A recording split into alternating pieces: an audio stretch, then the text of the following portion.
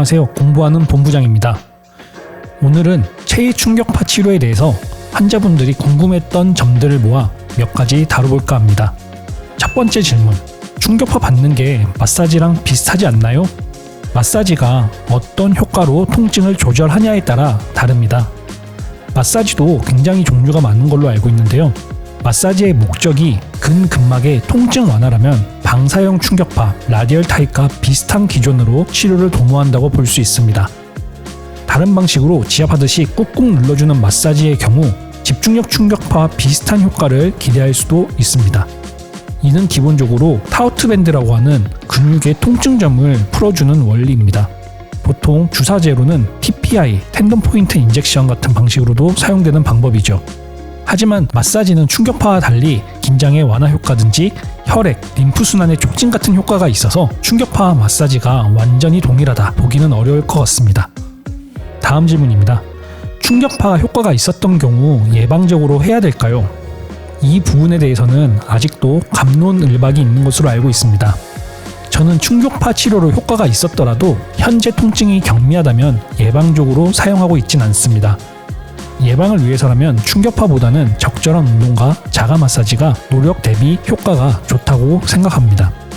다음 질문입니다. 디스크 손상에도 효과가 있나요? 혹은 반월상 연골 손상에도 효과가 있나요? 혹은 십자인대 파열 수술에도 효과가 있나요?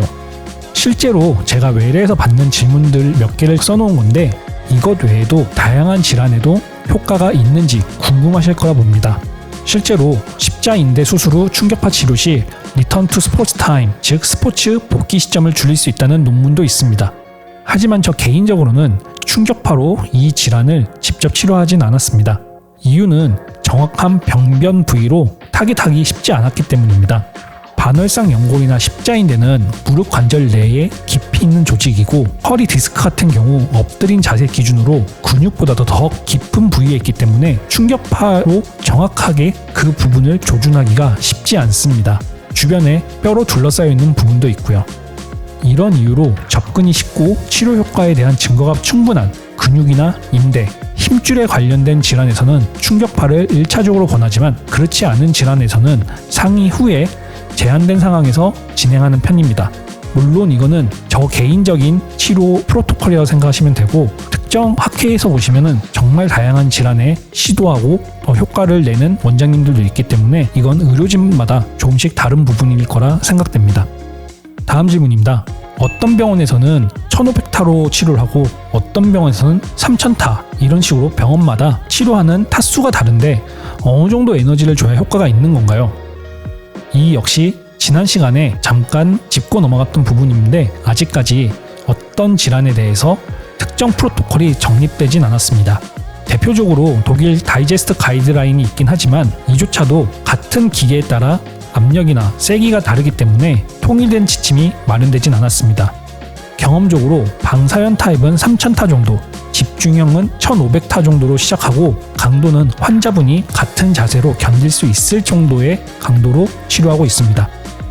그럼에도 치료 중에 환자분의 자세가 바뀌거나 통증 때문에 근육이 긴장되면서 자극점이 변하기도 하는데 이때는 이에 맞춰서 치료 부위를 조절하여 충분한 치료 에너지가 갈 수 있도록 신경 씁니다. 다음 질문입니다.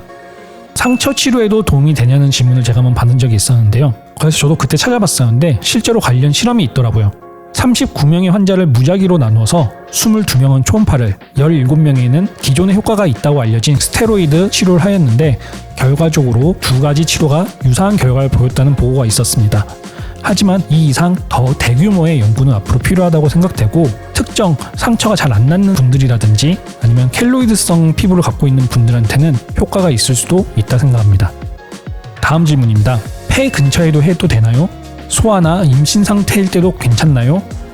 사지의 근골격계 질환에 한해서 체외 충격파는 소아나 임산부에게 좋은 대안으로 평가받고 있습니다. 예전에는 성장판에 쓰면 안 된다는 이야기가 있어서 소아 환자한테는 적용하면 안 된다는 이야기도 있었는데 현재는 안전하다고 보고되었고 산모의 경우에도 태아에게 직접 충격이 가해지지 않는 팔, 다리 부분에서는 사용 가능합니다.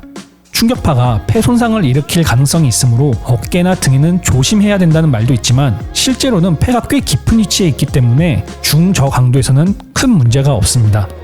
실제로 저도 어깨 통증이나 목 통증인 환자분들한테 많이 치료하였지만은 아직까지 폐나 기도 쪽에 손상이 있었던 적은 한 번도 없었습니다.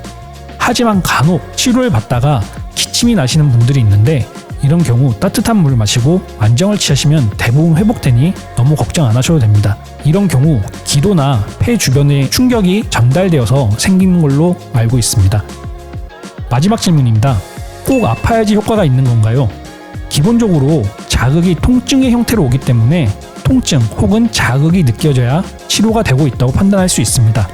환자분에 따라서는 조금 애매하다고 하시는 분들이 있습니다. 자극이 오는 것 같기도 하고 안 오는 것 같기도 해요. 그럴 때는 저는 반대 부분을 충격파를 쏘아봅니다. 그래서 같은 느낌인지 아니면 다른 느낌인지 비교해서 만약에 다른 느낌, 즉 통증점에서 자극을 느끼신다면 그렇게 치료를 하고 있습니다. 안 아픈 쪽에 비해서 뚜렷한 자극통이 있으면 치료가 되고 있다고 판단해서 치료를 진행하면 되겠습니다. 지금까지 제가 치료를 하면서 받았던 질문을 정리를 해보았는데요. 앞선 약물치료 편에도 말씀드렸듯이 치료라는 건 환자와 의사가 서로 상호작용, 상호관계를 가지면서 진행하는 과정이라 생각됩니다. 따라서 특정한 불편함이 있다든지 아니면은 치료 중에 궁금한 게 있으면은 항상 의료진과 교류하면서 진행을 하는 것이 가장 좋은 치료 방법이라 생각됩니다. 오늘은 여기까지입니다. 감사합니다.